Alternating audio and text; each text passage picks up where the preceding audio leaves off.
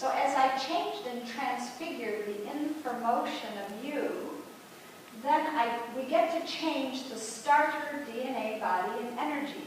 So you're actually born with this, what we call a starter body. Do you know how much of your DNA is actually expressed when you're born? And in your life, what percent?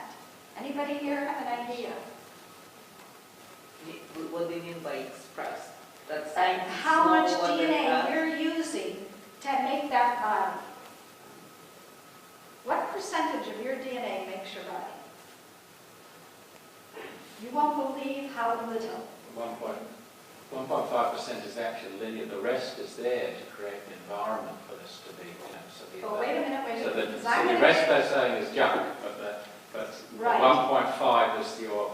Well, that's a smaller number than I even had. I had 3%. Yeah. But that's what the scientists know what DNA does, right? Yeah. But a lot of it they just don't know. No, they don't. But that's why they call it junk, because it must be junk because they don't understand. Oh, I'm not sure they call it junk. Do they? They call it junk. Yeah, that's what they did. They stopped calling it junk because anything they don't understand they call junk. It must be rubbish. What if that junk DNA is all the paraphernalia, number one, to turn off those old genes and turn on the new genes that are you, that aren't linked to the old belief patterns, the old pathways, more than beliefs, actions, thoughts, habits, words, attitudes, values, and emotions that you took on. How about that possibility? I'll tell you, I have a genetic anemia. I was born with it. It's called thalassemia minor. My red blood cell is supposed to be smaller than everybody else's. My doctors have looked at it in the past few years. They say, Angela, your blood cells, red blood cells, aren't small anymore. They're normal. My genes have changed. So whatever I'm doing, whatever we're doing with this new way of living our lives, we can, as Bruce Lipton has written about, a good friend of Robin's, change our genes. And you can change your genes away from the old genes, if you don't like them, to something new and different, which is in that 97%, is what I thought it was. And also use that DNA maybe to access the universe. So doing what we're going to do now is basically a bridge to the quantum way. It isn't the quantum way, but everybody has to start somewhere. So I'm going to teach you, I use this technique still. Like last night, I was trying to figure out why I was so excited. Why can't I sleep? Well, I didn't succeed to figuring it out. It took me this morning, I was talking to William at breakfast, and I realized that I thought this was the first time I'm doing this. But this isn't the first time. That isn't true, because there is no time. This has been happening all through my life. And it's true. If you knew me, I'm always teaching, talking. I started a college of acupuncture in Hawaii. I'm always doing this. It's just that I have a new message, and I really like my new message. But I shifted that this was the first time, and all of a sudden, I relaxed, and I could have slept last night, so I guess I'll sleep tonight. So let's go ahead now and learn the technique. You are your own fortune cookie. This came from an old Zen monk. And we're going to rewrite, you are going to rewrite your own fortune cookies in the next 6 days with all of our help and some of these techniques, and I know you know a lot already, and become your resplendent, illuminated triunity. And there you are. There's my pathway slide, which Dr. Robin went up to me on with his photograph. It's so beautiful. Okay, here's a little story I have to tell you. If this is your body, if this is your body, and your body is like a cup of patterns and emotions that you don't want, just like I didn't want my liver cancer, and all the feelings and the patterns that I was living with, you cannot take your cup and throw it out. Not possible. Einstein said energy can neither be created nor destroyed. So you can't get rid of it. But what has Dr. Emoto showed us? Does everyone here know Dr. Emoto? Anybody not know Dr. Emoto? You know him. William? You don't know Dr. Emoto? I have no slides because I thought everyone would know. What is water? Water! Yes, good, he knows it. So anyway, if this is our body, then these patterns are like snowflakes of Dr. Emoto's. What if we took our hands, like in a bathtub, and just held the cup? What would happen, do you think, to some of these patterns? What would happen to a snowflake if you held a cup? It would melt. Exactly. Is that what you said? Oh, you said, somebody said. So that's part one of my technique. I said, well, if the bath wave is what this is based on, I'm going to melt my patterns by using the five senses to touch, to speak, to hear, to see, and to smell and think of these patterns. And pretty soon, after, if we keep pouring what we truly desire into the cup, we will end up having a cup with only our true desires. That's part two. I call that the quantum shift. It's still, unfortunately, cause and effect, but it's the fastest cause and effect I could come up with. And now, I don't even use it all the time. I have moments when I'm living my quantum self, and I don't have to use the technique. Okay, so everything in your life is shiftable. Does everybody agree? Yes? Anybody disagree? Good. Are you open to shifting? Okay. Let's go. Here's part one. The bath wave living transformation. That was what I first called it. Part two is the quantum molecular movie shift. So here we go. Part one. You face it and you embrace it. Every word of this is simple. It ends in the word ace. Everybody, whoops. Does everybody know the word ace? What does it mean? What does ace mean? Yeah. First. It's the winner, right? In any game. So anyway, the technique is called the ace of heart waving. Part one, face it and embrace it. Part two, the quantum shift is replace it with grace. This is the grace of you, whatever you wish. So in part one, and we're going to do one right now, and I'm going to ask the quantum universe, does everyone in here worry a little bit? I get a yes. Is that right? Does anybody in here never worry? Raise your hand. Okay, good. I'm using a one-handed muscle test. Someone here uses pendulums, but I'm going to teach you all how to ask your questions until you become quantum and you know the answers. With muscle testing is a very easy way to get an answer from the universe. So you stroke your body from head to toe, feeling and thinking of what you want to shift at the same time. Keep your eyes open, or will only work with your eyes closed. Your back is what's behind you. So everything on your back is about your past. Your front is what you're facing. So all the accidents on your front are about your future. Where they meet on the side, the fine line, that's the present, right now. So you will actually notice that when you're shifting, you'll get a pain, and the pain will tell you what your next shift is, exactly. Where it's located tells you when it is, and which organ or which part will tell you what it is. It's amazing. Don't miss a spot. Okay, here we go. Are you ready to do one? Very simple. Stay seated. You don't have to move.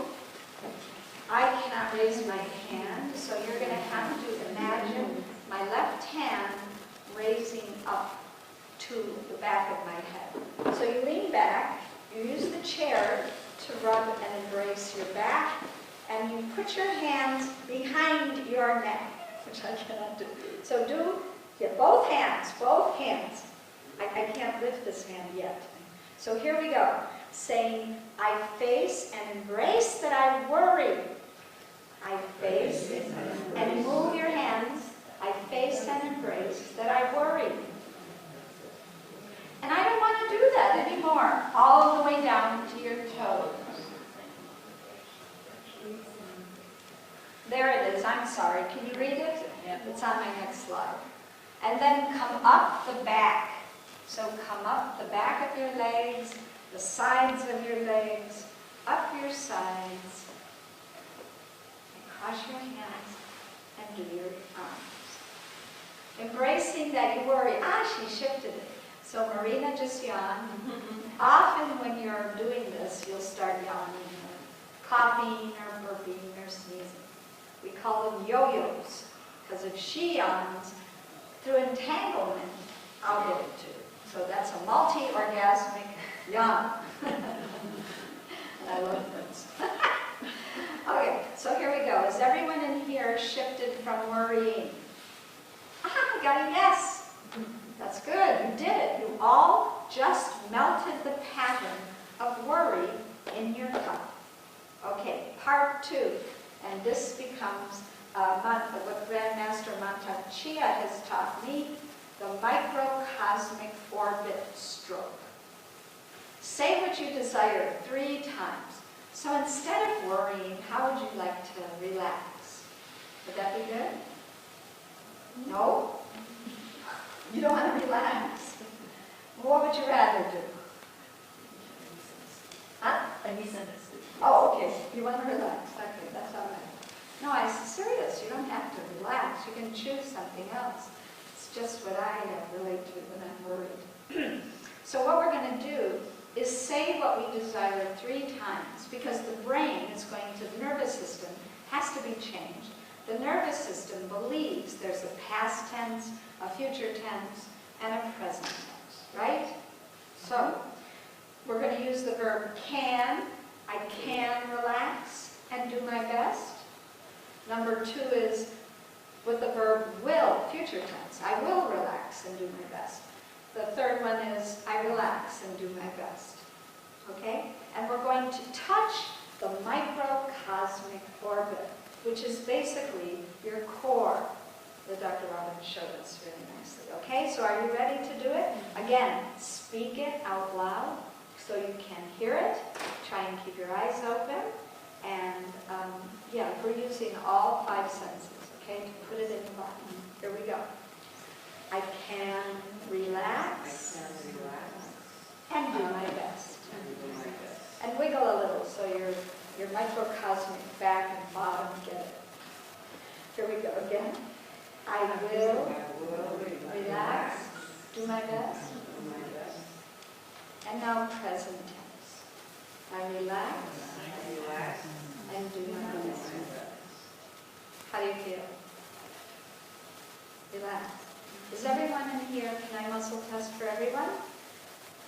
I'm Angela, I'm a cabbage. And is everyone in here relaxing and doing their best? Yes. So we did it. We were successful at rewiring worry, which of course hurts your spleen and pancreas. And so now we benefited the spleen and pancreas. Well, that's part of what you can learn to do. You can basically read all of your organs, your 5 elements, from your tongue, from a questionnaire I'm going to give you, and then you can look up the back waves for each of the organs, which I've compiled over the past 20 years, and then you can shift them by muscle testing. Which is it? Beliefs, actions, thoughts, habits, words, attitudes, values, and emotions. So I got beliefs and attitudes. Still need to be worked on in myself. Okay.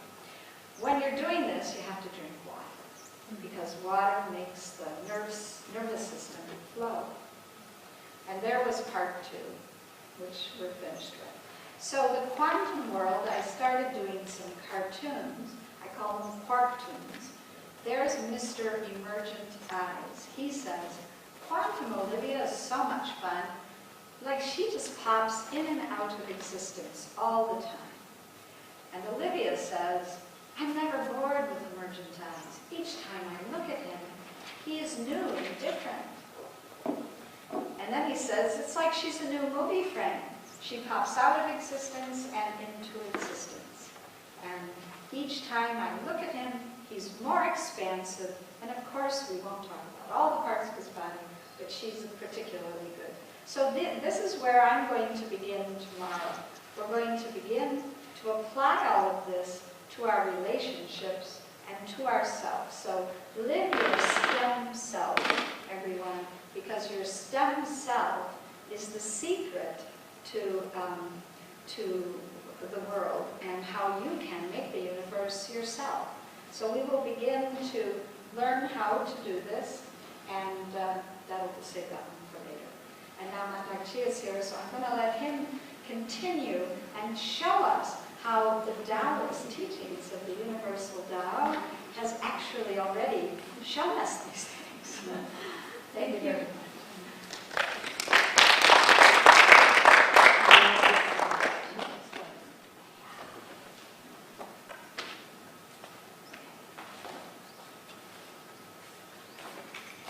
Hello. Hello. We have an eager group here.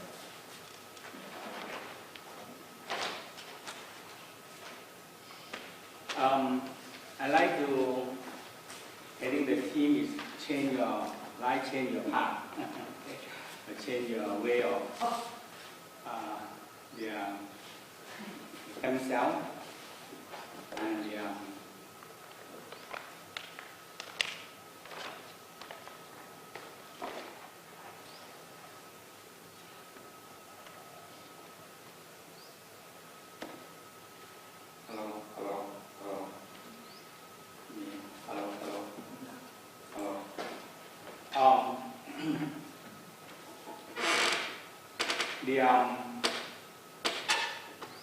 the Tao practice is very concerned about original force, original spirit, okay, and original selves. I don't think they pick up some knowledge, wisdom from somewhere. They must be, okay. So they talk all these things all in the text, many old texts. So if we say original selves, can it be the stem cell? Yeah. Okay. And the original force can be the energy that runs every cell, including stem cell. And original spirit is the one that we know. It runs all the spirit and run the physical. So if we understand this, it's easy for us to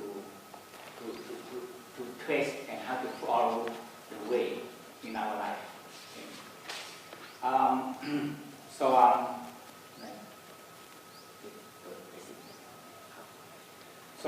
the first step will have to be, if we said, this is what they mentioned in a very old text, 4,000 to 5,000 years, and it's still mentioned again.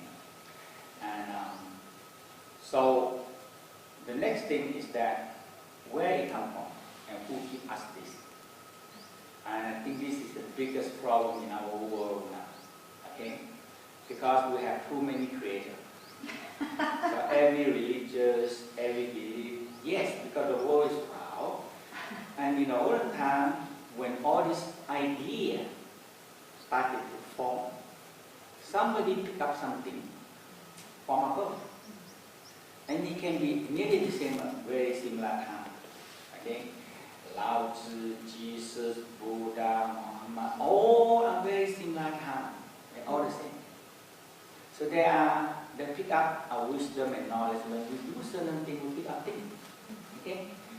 And one thing that we can talk about, quantum.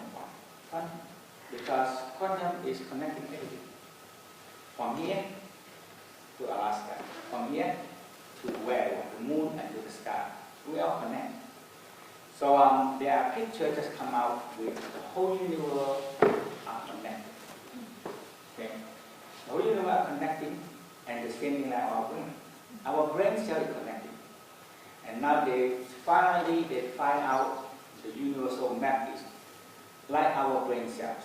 Everything connected from here to the whole universe is connected. So we are all connected to one.